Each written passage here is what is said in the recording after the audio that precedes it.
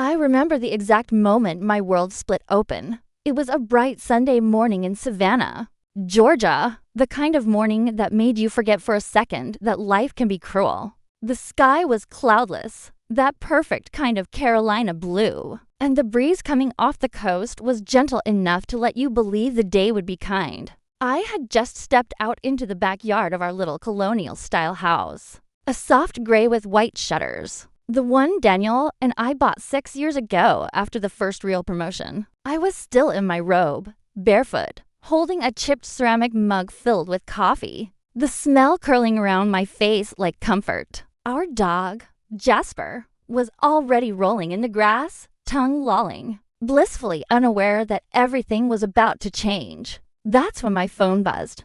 One text, 2 words, working late. At first, it didn't strike me as odd. Daniel was always working late. His firm in Atlanta kept him busy. He was a senior architect, and they were in the middle of some supposedly massive project that had him driving back and forth between the city and our home in Savannah almost every week, for hours on the road, sometimes more with traffic. He said he hated the drive, but loved me too much to move permanently. Said he wanted to build a life here, in this house, with this yard, with Jasper, and eventually a baby. I believed him. I always did. Trusting Daniel wasn't something I consciously decided. It was just how things were. We had 7 years of marriage between us, a shared mortgage, 3 joint bank accounts, a stack of framed photos above the mantel that told the story of our life like it was a Hallmark movie. We even had a half-finished nursery upstairs. We didn't talk about that room much anymore, not since the miscarriage 2 years ago. But we didn't take the crib down either. I went back inside and curled up on the couch. I scrolled Zillow on my phone while sipping my coffee, looking at listings for dream renovations I always imagined we'd tackle someday. A new kitchen, maybe. French doors. I paused on a listing in Asheville and sent it to him with a laughing emoji. No reply. Just those 2 stupid words echoing in my head. Working late. It wasn't until hours later, lying in bed with the TV humming and Jasper asleep beside me, that I saw the real. I was scrolling Instagram, trying to shake off the quiet that had settled in the house like fog, when a video from Magnolia and Vine Floral Co. popped up. A boutique florist out of Atlanta. I'd followed them for ideas for a friend's baby shower. The caption read, "Another gorgeous spring wedding this morning at Gracewood Church. Congrats to the stunning couple." I tapped the video out of boredom, not expecting to see anyone I knew. But there she was, Maya, my best friend, my maid of honor, my ride or die since freshman year at the University of Georgia. She was standing at the altar of a tiny white church, her auburn curls pinned up exactly how she used to describe in our dorm room, long before either of us had a ring. She wore a fitted lace gown with off-the-shoulder sleeves, clutching a bouquet of dusty blue and ivory peonies. Next to her stood Daniel, wearing the navy suit I bought him for his last birthday, smiling, sliding a ring onto her hand. I couldn't breathe. I watched it twice, once in disbelief, once in slow horror. The video was short, maybe 15 seconds. Just enough to show them exchanging vows, kissing, turning to face the small crowd. A handful of people clapped, tossing white petals. There were no grand ballrooms, no string quartets. Just them, in a humble church with stained glass windows and about 50 guests. Small. Intimate. Secret. It was 11:17 a.m. when Daniel texted me he was working late. The florist tagged the wedding post at 11:43. Which meant while I was making myself lunch and wondering what leftovers he'd want when he got home, he was marrying Maya. My mind shattered into pieces, thoughts bouncing around like broken glass. I went from frozen disbelief to nausea to the slow, rising wave of rage that spread from my throat to my fingertips. How long had they been planning this? Was this why Maya canceled girls' weekend in Charleston? Was this why Daniel missed our anniversary dinner last year and said he had to fly out to Denver? And how many people knew? How many stood there in that church and watched them commit this betrayal with champagne and cake? By the time the sun had dipped low enough to paint the kitchen in orange light, I had packed a small overnight bag. I didn't think. I moved on instinct. I threw on jeans, a hoodie, and grabbed my keys. Jasper looked up from his bed with concern as I stepped out the door. I drove my old Subaru north on I-16 toward Atlanta, running on a quarter tank and $63 in my checking account. I didn't have a plan. I didn't know what I'd do when I got there. I just needed to see it. I needed to make it real. Because a part of me still believed there had to be some explanation, some crazy misunderstanding. But I knew better. I didn't bring a plan. I brought rage. I didn't stop for gas until my fuel light came on, glowing that soft, desperate orange like a warning I should have listened to days ago. But I wasn't thinking about the road, or the gas, or whether my old Subaru could make it through another Atlanta traffic snarl. I was thinking about the video. That 15-second Instagram reel from Magnolia and Vine Floral Co. had burned itself into my brain like acid. Maya in her white dress, Daniel in his navy suit, the slow-motion kiss at the altar, a soft rain of petals, the sound of clapping, music, the world applauding their betrayal. I kept expecting to wake up. I kept hoping that if I blinked hard enough, I'd snap back to Sunday morning in my backyard, coffee in hand, with Jasper chasing birds and Daniel safe in my phone saying working late. But this wasn't a dream. It was a performance, and I was the only one who hadn't gotten the script. By the time I reached the street address, tagged in the florist post Gracewood Church on Lockwood Hill, it was almost 6 p.m. The church sat just a few blocks off a quiet road lined with dogwood trees and neat little row houses. Quaint, charming, almost cinematic in its peacefulness. The kind of place you might think was sacred, not stained by lies. The parking lot was mostly empty now. Just 6 or 7 cars remained, scattered like leftover memories. But one of them stood out instantly, Daniel's black Mercedes E-Class. The same one I helped him co-sign for last year after his bonus came through from the firm. It looked polished, untouched by the storm brewing in my chest. I stared at it through my windshield, feeling like a ghost watching the living go on without her. I didn't get out. I couldn't. Instead, I parked across the street in front of a small bakery that had already closed for the day. The scent of sugar and yeast still lingered in the air. Through the stained glass windows of the church, I could make out movement shadows of people laughing, silhouettes passing behind warm golden light. Someone was playing jazz through a Bluetooth speaker, something cheerful and old school, like Miles Davis. They weren't just married. They were celebrating. And then Maya stepped outside. She wore the same dress from the video, now bustled up in the back. She was barefoot on the stone steps, holding a champagne flute and tossing her head back in laughter.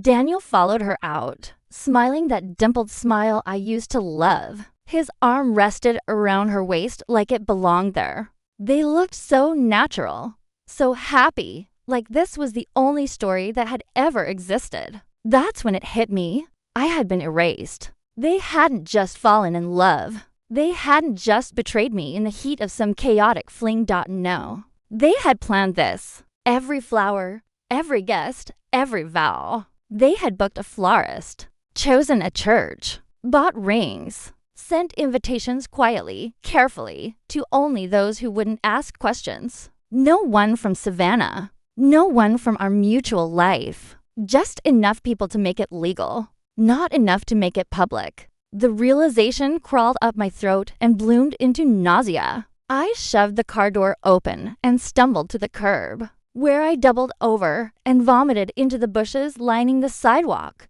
My hands shook against the concrete. I tasted bile and bitterness and betrayal all at once. A man walking a golden retriever paused nearby. He had kind eyes and a look of concern. "Ma'am," he said gently, "are you okay?"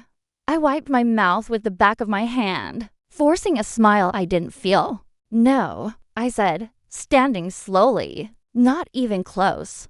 The drive home blurred. I don't even remember stopping outside Macon for gas. I only know that I slid my debit card through the reader with trembling fingers and stared at the screen as the pump ate my last $43. Just enough for a quarter tank. Just enough to get me back to the ruins of my life. When I stepped through the front door of our house in Savannah, my house now, though I hadn't yet accepted that fully everything was exactly as I left it. The couch still had the throw blanket Daniel hated. The kitchen still smelled faintly of cinnamon and dog food. Jasper trotted to the door with his usual excitement, tail wagging, completely unaware that his pack had broken. I poured myself a glass of boxed wine, the cheap kind I used to drink in college, and sat at the kitchen table. It was quiet, too quiet. No footsteps upstairs, no keys rattling in the lock, no lies waiting to crawl out of his mouth. That's when I did the one thing I never thought I'd do. I started making a list. Not a journal, not a rant, a list. With bullet points. Every time Daniel said he was working late. Every weekend Maya canceled plans. That night in January when Daniel came home with lipstick on his collar and blamed a drunk client. The Vegas trip they said was separate. Every holiday Maya spent with us when she didn't want to fly home. Every time I gaslight myself into silence. I filled an entire page in less than an hour. And then I started another. The next morning, I called in sick to work. I technically wasn't lying. My job as a content editor for a lifestyle magazine in Chicago let me work remotely. I'd never missed a deadline. Never called in without real cause. But this time, I needed the space to dig. I opened every shared bank account we had. Credit cards, airline miles, email folders. I followed digital footprints like a detective tracing a crime scene. I found Uber rides to places I didn't recognize. Hotel stays booked under aliases. Restaurant bills in Birmingham, Alabama. On the same weekend, he swore he was at a conference in New Orleans. And then I found it. A receipt for a $1,200 necklace from Tiffany's. Ordered from months ago and shipped to an address in Atlanta. Not our address. Her address. I wrote it down. That night, I slept in the guest room. I couldn't bear to sleep in our bed, his bed now, tainted with lies. Jasper followed me in and curled beside me like a warm, loyal anchor. He whined quietly in his sleep, like he missed something. And maybe he did. Maybe we both missed a version of a life that never really existed. 3 days had passed since the florist's Instagram reel shattered my world. In that time, I had barely slept. My appetite was gone, and even Jasper seemed to sense that something inside me had splintered. The nights dragged on, full of questions I couldn't answer. Why her? Why now? How long? But no matter how many times I went over it, I couldn't make sense of it until I found the shipping address. It had been buried in an old email from Daniel's Gmail account. He'd left it logged in on the desktop we rarely used. The one in the little office nook we pretended was a his and hers workspace. I wasn't snooping, I was surviving. One click on the Tiffany & Co. confirmation, and there it was, Unit 312, Lockwood Residences, Atlanta. Not our home. Not my address. Her address. I stared at it for a long time, memorizing every number. Something about it felt final, like a line being drawn in ink between my old life and the one he had crafted without me. I knew then I had to go. I had to see it with my own eyes. I needed to look him in the face, stand in the wreckage he built, and remind him I was still here, that I wasn't some ghost they could ignore into silence. Lockwood Residences was every bit as smug as I expected it to be. One of those sleek high-rises with sterile modern charm and fake balconies. That looked good in photos, but served no real function. The lobby smelled like lavender and expensive floor polish. The kind of scent that tried too hard to pretend it wasn't hiding rot. A man behind the concierge desk greeted me without suspicion when I told him I was visiting my sister, Maya. I even smiled when I said it, sweet as sugar, my rage polished smooth for the occasion. The elevator was glass, overlooking the city. I watched Atlanta rise around me as I climbed toward the third of first floor. It was beautiful, sterile, disconnected, like the kind of life you build when you want to erase everything messy and human from your past. I knocked once. I don't know what I expected, maybe Maya opening the door in a silk robe, basking in her stolen joy, but it wasn't Daniel. And certainly not Daniel in sweatpants, holding a coffee mug that said best.husband.ever. I stared at him. He stared at me. His face went white. It was the first time I'd ever seen him speechless. His mouth opened, then closed. He looked over his shoulder like someone could save him from the moment unraveling in front of him. I broke the silence. "Working late?" I asked. The words came out colder than I intended, like frost creeping through the crack in a window. He blinked. "How did you?" "I saw the florist's reel."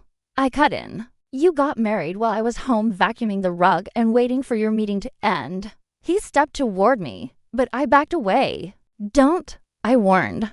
"Don't touch me. Don't act like I'm confused or dramatic or need to calm down. You married her, Daniel, in a church, with vows, with music, with my dog's name engraved in the damn wedding program. Probably." He looked older than I remembered, or maybe just more pathetic. The lies had clearly taken a toll, but not enough of one to keep him from slipping a ring on Maya's hand while texting me from the other. "I didn't mean for it to happen like this," he mumbled. "How did you mean for it to happen?"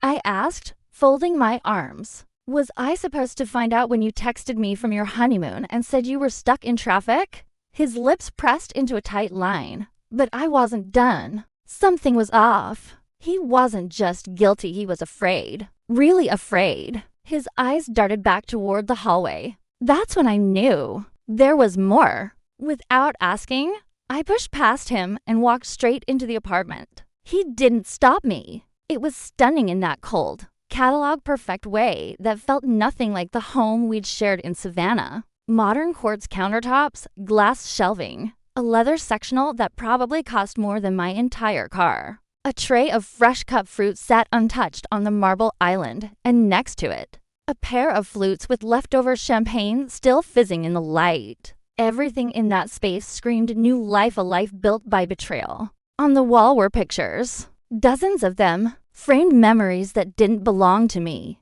There was one of them at a vineyard in Sonoma, another on the cliffs of Big Sur, and then the one that broke me. The two of them standing arm in arm in front of a townhouse in London, a bright red sold sign hanging behind them. "You bought property?" I asked, turning to face him. "In the UK?" He opened his mouth, but nothing came out. And then Maya walked in. She carried a duffel bag over her shoulder, gym shoes on her feet, and damp curls sticking to her neck. She didn't freeze. She didn't panic. She just tossed her keys on the counter, looked me up and down, and said, "Hey," like I was the neighbor borrowing sugar. "You look good," she added, walking to the fridge. All things considered.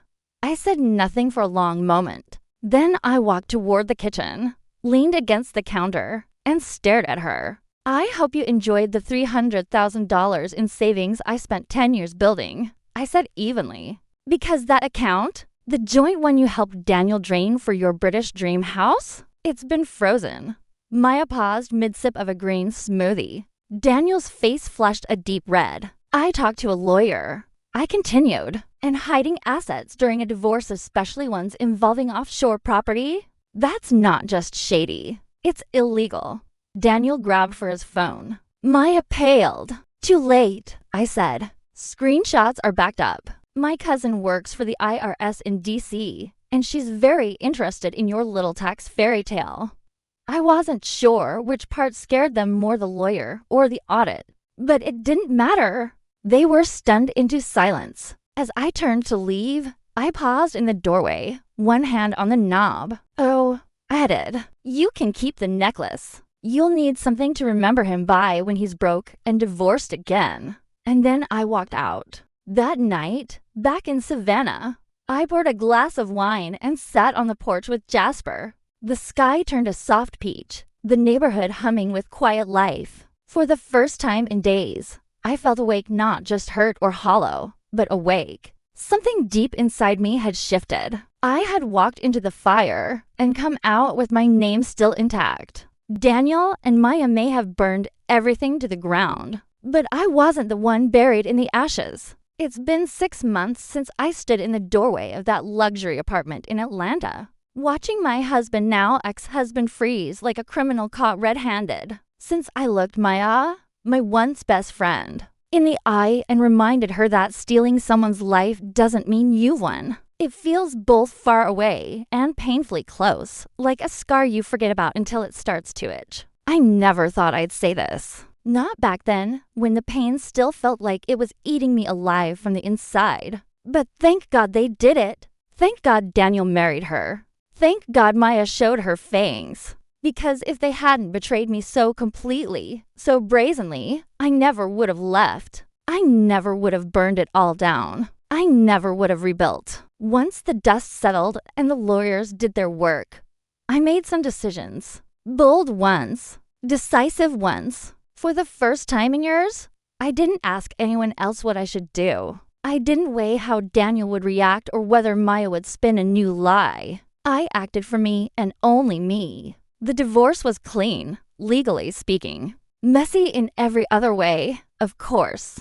Daniel tried to fight me on the house in Savannah, claiming it was ours, despite the fact that his name was never actually on the mortgage. He didn't realize that leaving without notice and transferring marital funds into secret investments in the UK wasn't just morally wrong, it was legally reckless. In the end, the house sold for $228,000 after fees. I used $12,000 to pay off every single debt I'd accumulated in our marriage credit cards, medical bills, even the last payment on Daniel's damn Mercedes, which I made alone while he was working late in Maya's bed. That felt like justice. Quiet, cold, clean justice. I took another $40,000 and bought a home in Asheville, North Carolina. A small craftsman cottage with blue shutters, a porch swing, and a clawfoot tub where I take long, wine-soaked baths every Sunday night. It's nestled near the edge of a wooded trail, with neighbors who mind their business and a bakery down the street that makes the best sourdough I've ever had. The rest of the money, I invested it. Carefully, intentionally. For the first time in my life, I moved money not just to survive, but to grow. I put some in stocks, opened a high-yield savings account, and even dropped $5 into a sustainable startup in Seattle, recommended by a college friend who was also recently divorced and rebuilding. We joke that we're becoming ex-wife venture capitalists, funding our futures one quiet revenge dollar at a time. Career-wise, things shifted, too. Something about getting cheated on so publicly and so intimately shook loose the fear I didn't even know I had. My editor at the Chicago-based lifestyle magazine where I work noticed it right away. "You write like you're done apologizing," she said after reading one of my recent essays. "Like you've got something to say that actually matters now." She wasn't wrong. They gave me my own column. I called it Undone, a space where I write raw, unfiltered takes on betrayal, recovery, womanhood, and the quiet hell of starting over in your 30s. My first piece, How to Heal After Being the Other Woman's Roadkill, went viral. Not because it was perfectly written honestly. I sobbed through half of it, but because it was true. Ugly, messy, blistering truth. Within a week, thousands of women emailed me. Some were still in their marriages, trying to decide whether they were paranoid or perceptive. Some had just filed for divorce, still trembling with doubt. Others had been through it, left it all behind, and just wanted to say, "You're not crazy." I survived too. That's when I realized there's a whole silent army of us. Women who were lied to while making dinner. Women who slept beside men who sent working late texts to other women. Women who held onto friendships they didn't know were ticking bombs. I launched a podcast soon after. It's called No More Working Late.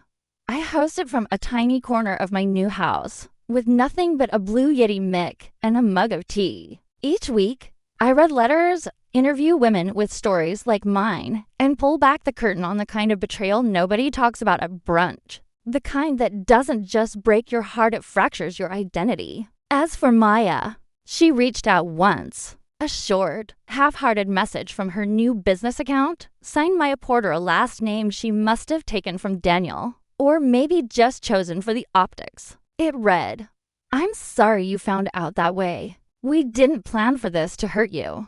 I didn't respond, but I did donate $1,000 to a local women's shelter in her name. Tax deductible, of course. I emailed her the receipt. Daniel hasn't reached out at all. Not even when the IRS slapped him with a backdated audit for misreported foreign property earnings. According to a friend who still works at his firm, he's been under review for months. There's talk of suspension. No one says it out loud, but people know. People always know. But here's the truth, none of that matters now. What matters is the life I've built from the wreckage. The quiet mornings in my new kitchen, sunlight streaming through the windows while Jasper snores at my feet. The sound of my own laughter returning after years of absence. The certainty that the worst already happened, and I'm still standing. Now, I wake up without dread. There's no pit in my stomach. No phone beside my bed like a loaded gun, waiting to deliver another lie. No scrambling to decode someone else's silence. There's just me whole. Unapologetic alive. Not a wife. Not a fool. Not a side character in someone else's fantasy. Just me. And that's enough. Actually, it's more than enough.